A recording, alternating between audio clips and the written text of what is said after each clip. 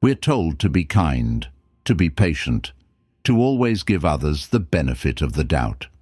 And while those are noble values, there comes a point when kindness becomes self-erasure, when being patient turns into being ignored, when giving the benefit of the doubt becomes the excuse you use to stay in places you've outgrown. That's where this conversation begins, because at some point in your life, if you want to be at peace, if you want to grow, if you want to stop feeling like you're constantly being drained, you'll have to make a hard decision. A decision to stop explaining, stop overgiving, stop negotiating your worth with people who were never qualified to measure it in the first place. You'll have to learn to say no, not with bitterness, not with hate, but with clarity, with finality, with the quiet, unshakable voice of someone who's no longer available for anything that disturbs their peace. And that's what ruthlessness really means. Not cruelty, not anger, but self-respect. A kind of discipline that protects your time, your mind, and your energy from being consumed by those who don't deserve it. Because the truth is, life won't wait for you to learn boundaries. It won't slow down while you figure out how to stop being taken advantage of. It'll keep going. And if you don't rise to meet it with strength and emotional clarity, it will swallow you. So today, we're going to talk about what it really means to be ruthless, and why that might be the most compassionate thing you ever do for yourself. 1. Ruthlessness is not cruelty, it's self-respect.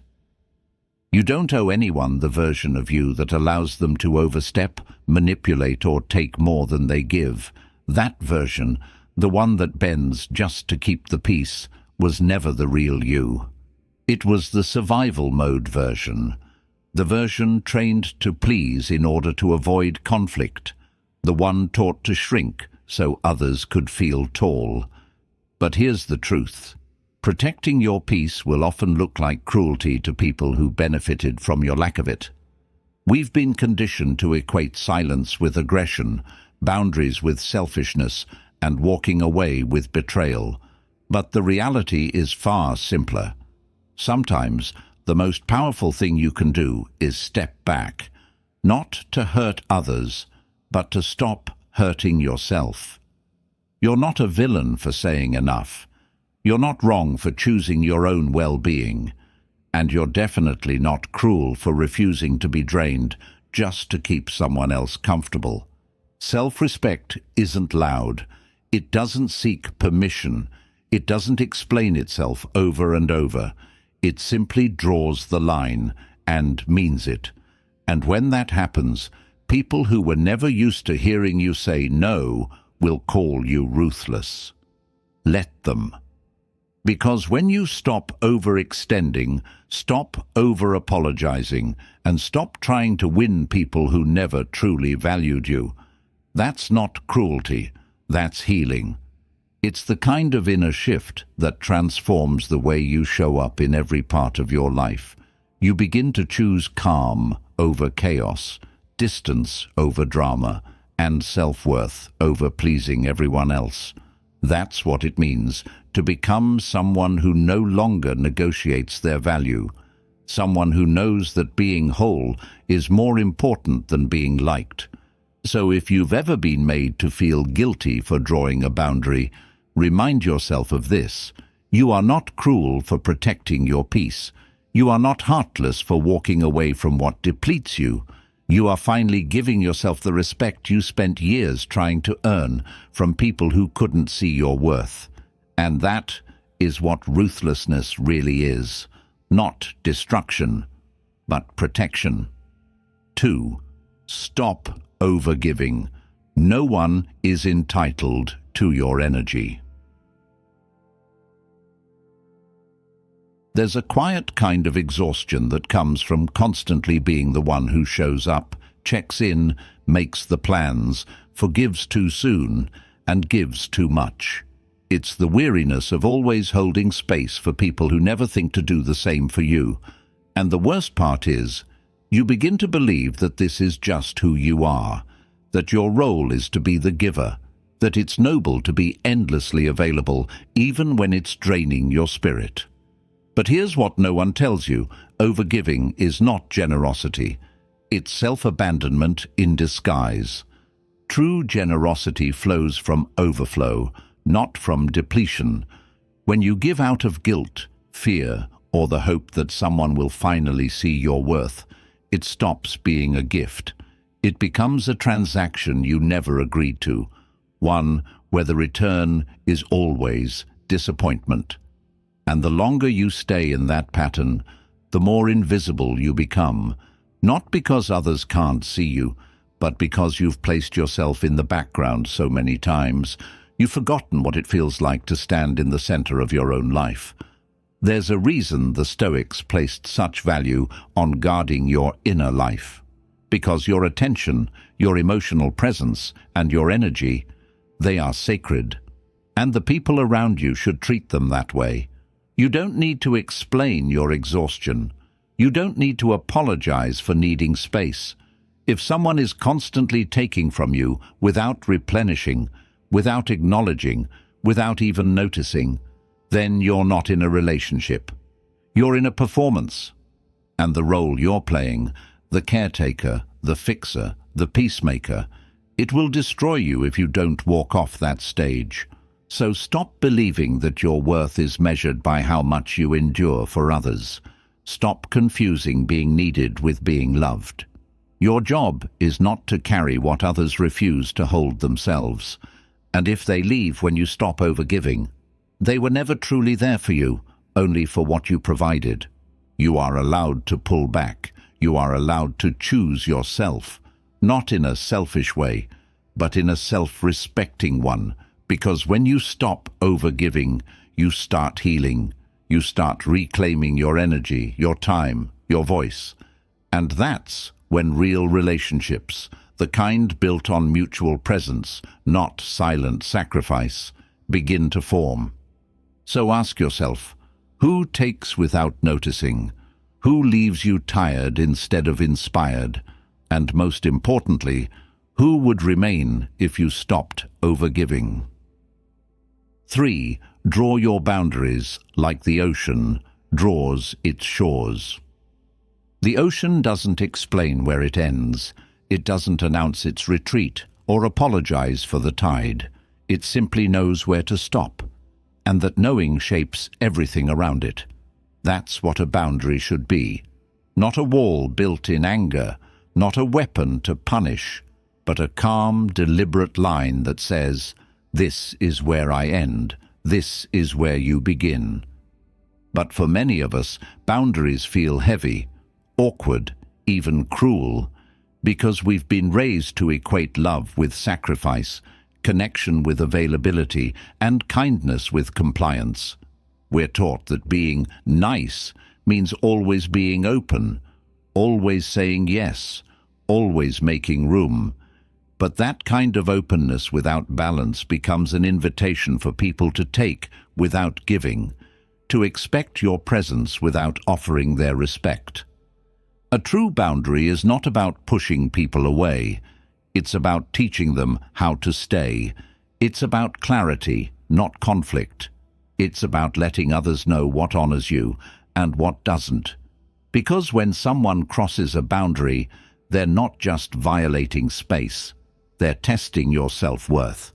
They're seeing what you'll allow, what you'll excuse, what you'll explain away. And if you let it slide once, they'll push again and again. Until you're no longer living your life, you're managing theirs. This is why the Stoics emphasized self-governance. If you don't control what gets your attention, what enters your space, and what drains your energy, you'll spend your entire life reacting, not choosing. You'll be like a coastline that keeps eroding, bit by bit, wave by wave, until nothing of substance remains. And here's what's often misunderstood. The people who truly care for you won't be offended by your boundaries. They'll be grateful for them, because boundaries create safety. They create structure. They show that you're self-aware enough to know what you need and brave enough to ask for it. So the next time someone crosses the line and expects you to simply tolerate it, remember the ocean. It doesn't force, it doesn't shout, it just moves with quiet authority, and the world adjusts around it. That's how you protect your peace, not by fighting for it, but by defining it. 4. Unconditional niceness is a silent invitation to be used. There's a kind of niceness that doesn't come from strength, it comes from fear. Fear of conflict, fear of rejection, fear of being misunderstood. And because of that fear, we end up offering smiles when we're exhausted, saying, "It's okay," when it clearly isn't, and giving people another chance when they've already shown us who they are. We disguise our boundaries behind politeness. We let ourselves be walked on, hoping that our softness will eventually be seen as goodness. But often, all it earns us is silence, disrespect, or worse, being forgotten. You were not born to be a doormat for other people's comfort, and yet many people fall into this trap, thinking that if they're just nice enough, patient enough, agreeable enough, others will finally treat them with the care they deserve.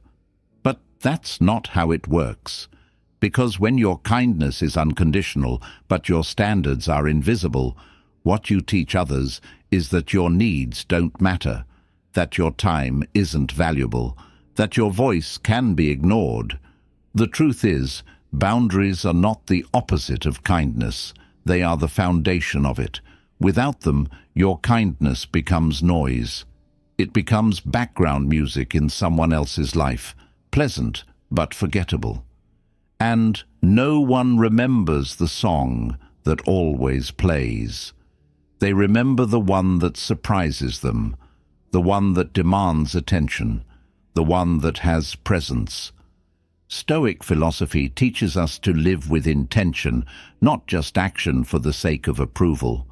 When you say yes while your heart is screaming no, that's not virtue, that's self-neglect. And when you call it kindness, you're making your own betrayal look noble.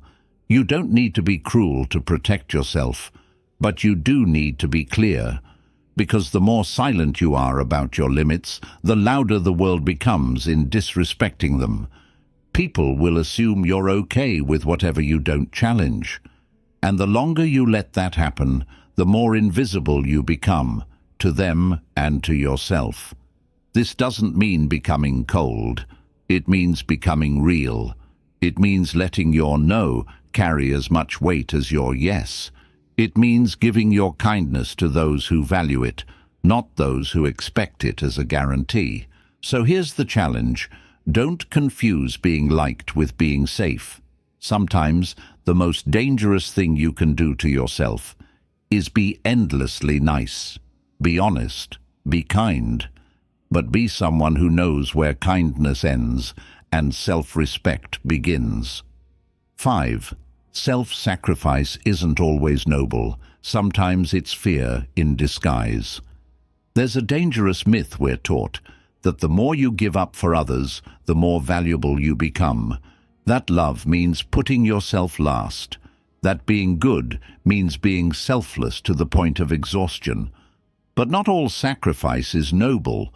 Sometimes it's just fear hiding behind a smile, fear of not being enough, fear of being left, fear that if you stop giving, people will stop caring. And so we stay, in friendships that drain us, in relationships where we carry the emotional weight alone, in jobs that quietly erase our identity. We stay, not because we're strong, but because we're scared of what it means to walk away.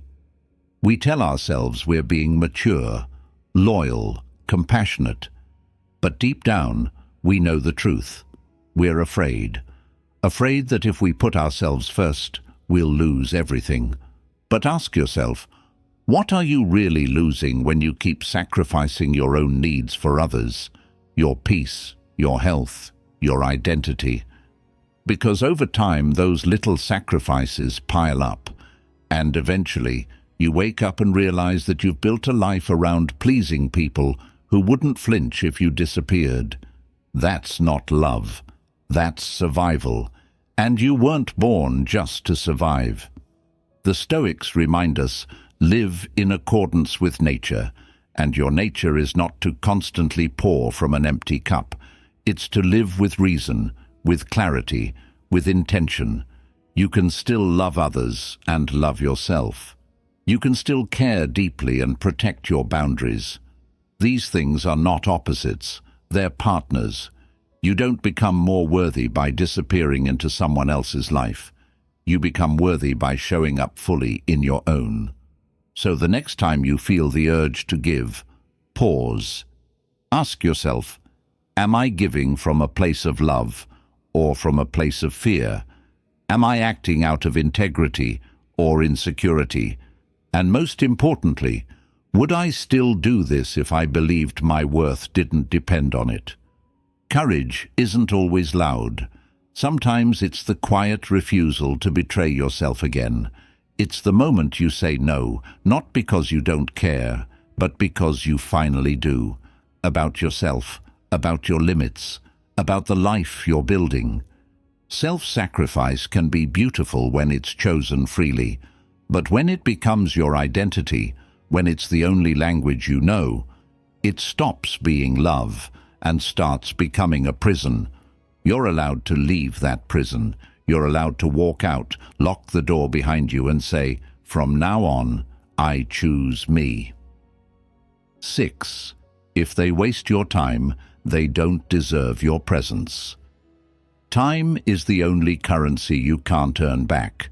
Every second you spend is a piece of your life you'll never see again. And yet, we give it away so easily, to people who cancel last minute, to conversations that go in circles, to relationships that never grow, and to those who treat our presence like it's guaranteed. But the hard truth is this: if they waste your time, they are wasting your life. And if they waste your life, they don't deserve a place in it. You may think you're just being patient, that giving second chances is a sign of emotional maturity, that staying around while someone figures it out is the kind, loyal thing to do. But patience without limits becomes permission. And when people realize you'll always be there, no matter how carelessly they treat your hours, your plans, your emotional investment, they start seeing your time not as a gift, but as a given. The Stoics viewed time as sacred, even divine. Seneca once wrote, "People are frugal in guarding their personal property, but as soon as it comes to squandering time, they are most wasteful of the one thing in which it's right to be stingy." And he was right, because the moments you spend waiting for people who don't value you are moments stolen from your growth, your peace, your purpose. You see, it's not just about missed appointments or delayed replies. It's about how someone's behavior reflects their priorities. When a person continuously shows up late, avoids meaningful conversations, or flakes out when things get real, they're sending a message, loud and clear. They're saying, my time matters more than yours. My comfort matters more than your effort, and you should believe them. But here's where many people get stuck. They confuse forgiveness with access. They believe that being a good person means always being available. But what if being a good person also meant being a responsible steward of your own life? What if protecting your time was not selfish, but sacred? Because you only get this one life, and you can't keep letting people borrow pieces of it and return nothing. You can't keep giving hours to people who won't even give you minutes. It's not rude to walk away from time wasters. It's not arrogant to demand presence from those who ask for yours. It's wise, it's necessary, and it's long overdue. So look around your life. Who constantly asks for your time but never shows up fully for it? Who drains your energy without contributing to your well-being? Who turns every interaction into an obligation instead of a connection? And ask yourself, if I keep giving my time to people who treat it like it's worthless, what does that say about how I value it? You don't need to make a scene. You don't need to explain. You simply need to stop showing up for people who never noticed you were there. Let silence answer where words failed. Let absence speak where presence was ignored. Because your time is not just hours on a clock. It's your one chance to become who you were meant to be. Protect it like your future depends on it. Because it does. 7. If they can't handle your silence, they don't deserve your voice. Silence is often misunderstood. People assume it means distance, disconnection, maybe even punishment. But in reality, silence is often where truth lives. The kind of truth that doesn't scream to be heard, but simply waits to be recognized. If someone can't sit with your silence, if they demand constant validation, constant access, constant explanation, they're not listening to understand. They're listening to control. And that's not connection. That's entitlement.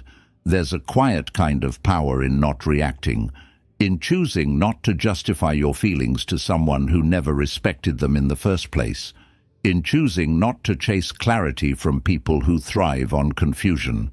Your silence isn't avoidance, it's clarity. It's the moment you realize that your peace matters more than being understood by those committed to misunderstanding you. We live in a world that overvalues noise. We're pressured to respond quickly, to explain ourselves constantly, to remain emotionally available to everyone, even those who've never earned that kind of access.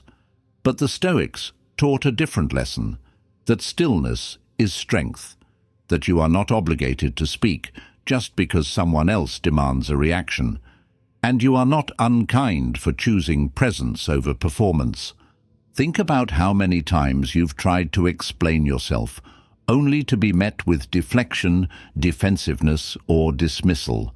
How many times your honesty was twisted, how often your vulnerability was used against you. Over time, you start to realize words mean nothing to people who aren't listening. And in those moments, silence becomes your boundary. Not because you've given up, but because you've woken up. People who truly care about you will make space for your silence. They will recognize that sometimes stillness is part of healing, that not every question needs an immediate answer, that real connection lives in the pauses, not just the paragraphs.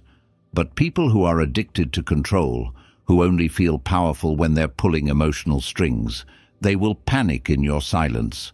They'll label it as cruel, as immature, as manipulative, because they can't handle the fact that for once your energy is no longer theirs to direct. And that's when you'll know your voice was never the problem. It was your willingness to keep speaking into spaces that only echoed back emptiness. So reclaim your silence, not as a punishment to others, but as a kindness to yourself. Let it be your sanctuary. Let it be your protection. Let it be the moment you stop pleading to be heard and start listening to your own inner peace. Because when you finally stop explaining yourself to people who don't listen, a beautiful thing happens. You begin to hear yourself more clearly. You begin to realize that your voice is not a tool for convincing. It's a gift, one that only the worthy get to receive. 8. The worst cruelty is a life lived to please everyone but yourself. There's a certain kind of betrayal that doesn't happen in one dramatic moment. It unfolds quietly, over years. It's the betrayal of waking up one day and realizing that the life you've built isn't really yours, that the choices you made were not for your own joy, but for others' approval, that your dreams were edited down to what was acceptable, that your voice was silenced, not by force, but by your own fear of disappointing people. And in that silence, you lost yourself. We're taught early on to seek validation, to be the good student, the good child, the good partner, the agreeable one. We shapeshift to earn praise. We suppress our feelings to avoid confrontation. We learn to smile when we want to scream, to stay when we want to go, to agree when we feel deeply opposed. And little by little, that act becomes a lifestyle, a habit, a quiet cruelty we inflict upon ourselves, all in the name of being liked.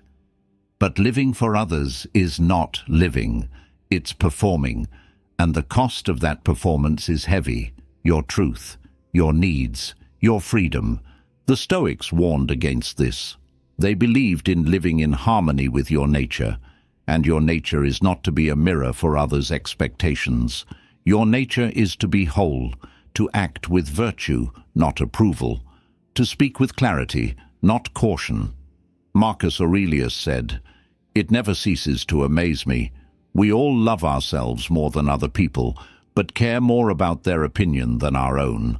What would happen if you reverse that equation?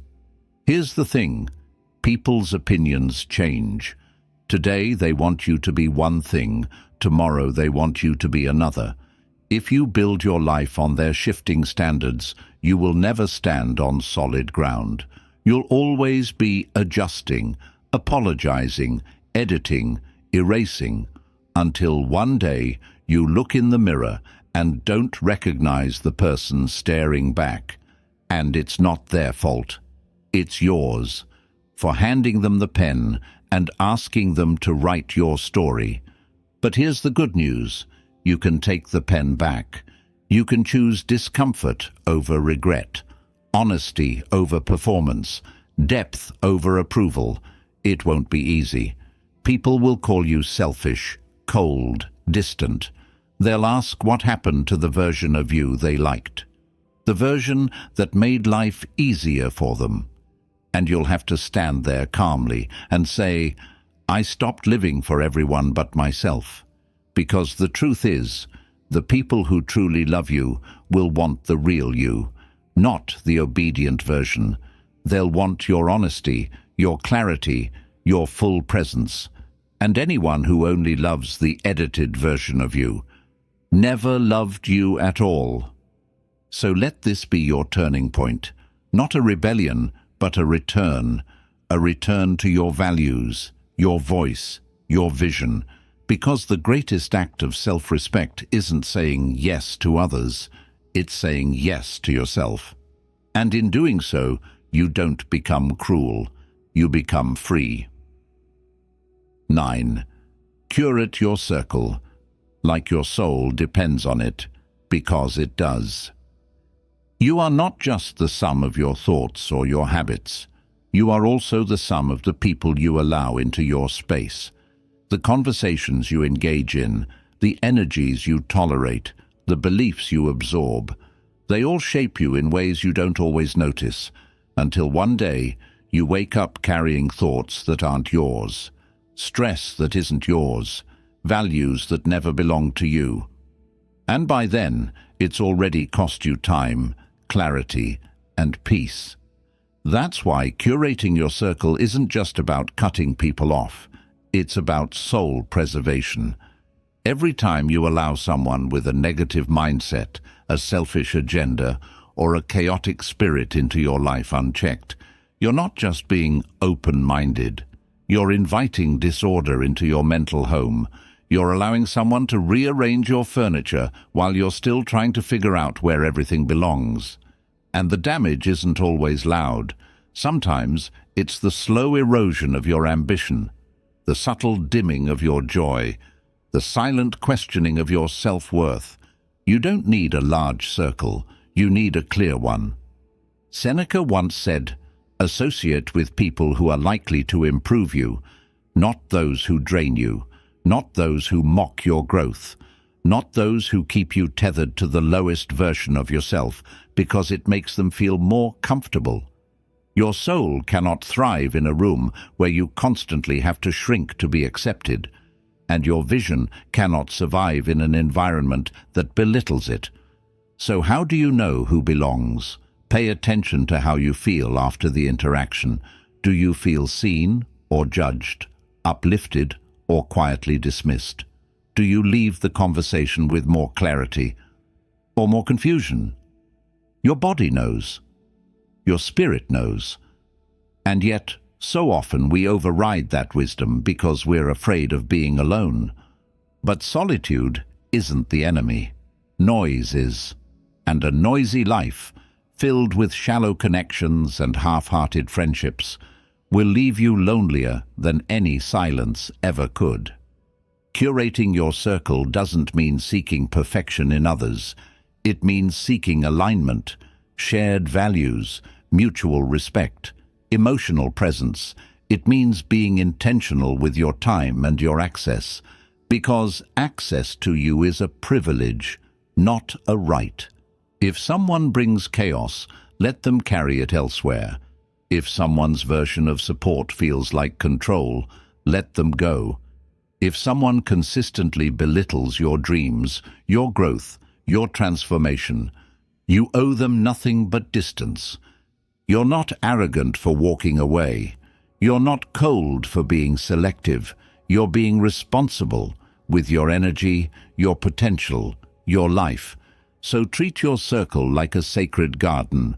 Water what matters, remove the weeds, and don't apologize for protecting what you're growing, because who surrounds you shapes you, and your soul deserves better than noise disguised as loyalty. 10. Be ruthless, because life doesn't wait for you to learn emotional maturity. Life won't pause so you can figure it out. It won't gently wait while you learn how to set boundaries, how to speak up, how to stop over-apologizing, or how to finally put yourself first. The world keeps moving, and if you don't rise with it, if you don't sharpen your sense of self, if you don't develop the emotional backbone to say no more, you'll be swept into a life shaped by other people's choices instead of your own. That's the cost of emotional immaturity. A life that isn't really yours. Being ruthless doesn't mean being harsh. It means being clear. Ruthlessness, in the Stoic sense, is the unwavering commitment to protect your energy, your time, your values, not out of anger, but out of awareness. It's realizing that you don't have forever, that every year you spend tolerating what drains you is a year lost, that every moment you stay in spaces that stifle you is a moment you could have used to build something better. We talk about emotional growth like it's optional, like something we can get to eventually, but in reality, every day you delay it, life will hand you reminders. Through burnout, through toxic patterns, through relationships that repeat the same painful cycle. You'll wonder why nothing's changing, why people keep crossing your lines, why your voice always feels stuck in your throat. And the answer is simple. Life doesn't reward hesitation. It rewards clarity, courage, and boundaries. The Stoics believed in acting in accordance with reason, not impulse, not emotional chaos. To be ruthless is to cut away what no longer aligns with your reason, your purpose, your truth. It's to stop negotiating with parts of your life that are clearly misaligned but feel familiar. And that takes strength. Because comfort is seductive, but comfort is not growth. And the longer you stay there, the more numb you become to your own needs. Being ruthless means no longer explaining your standards to people committed to violating them. It means walking away from relationships that require you to shrink just to survive. It means no longer diluting your dreams to fit into someone else's expectations. It means outgrowing your own excuses. Silently, relentlessly. You'll lose some people along the way. You'll be misunderstood, judged, maybe even called cold. But what's the alternative? A life built on guilt, a mind filled with silent resentment, a soul dimmed by emotional compromise. You don't need to be violent to be powerful. You don't need to be cruel to be clear. But you do need to be unshakable in your standards, especially when the world tries to blur them. So be ruthless with what drains you. Be ruthless with indecision. Be ruthless with patterns that keep you stuck, not because you're hard-hearted, but because you've finally developed the emotional maturity to protect the life you were always meant to live. You don't need to apologize for growing stronger. You just need to stop waiting for permission. There comes a time in every person's life where they stop asking the world for permission and start giving it to themselves. That's what this entire episode has been about. Not cruelty, not indifference, but the quiet, powerful decision to take your life back. One boundary, one choice, one unapologetic no at a time. You've seen what happens when you overgive, when you tolerate, when you keep explaining yourself to people who have no intention of ever truly seeing you. You've felt the exhaustion, the self-doubt, the quiet erosion of your identity. And now, you get to rewrite that story. You get to stop playing small in spaces that were never built to hold the fullness of who you are. Ruthlessness in its truest form is love. Love for your time, love for your energy, love for the person you're becoming, not just the one you've been.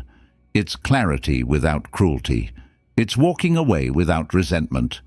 It's refusing to stay in roles that require you to abandon yourself. The world doesn't get to define your worth. People's opinions don't get to shape your peace, and your past doesn't get to dictate your future. You do. So as this episode ends, let that truth settle deep into your bones. You are not here to be liked by everyone. You are here to become someone you deeply respect. And that kind of life, one lived with strength, clarity, and emotional maturity, begins the moment you stop making room for what you've already outgrown. If this message resonated with you, take a moment to reflect, to reset, to reclaim your space, and if you found value in this episode, consider sharing it with someone who might need this reminder too. Subscribe, leave a comment, or just sit with the silence that follows, and let it speak volumes about who you're becoming. Because sometimes the most powerful transformation starts with a quiet decision to never go back.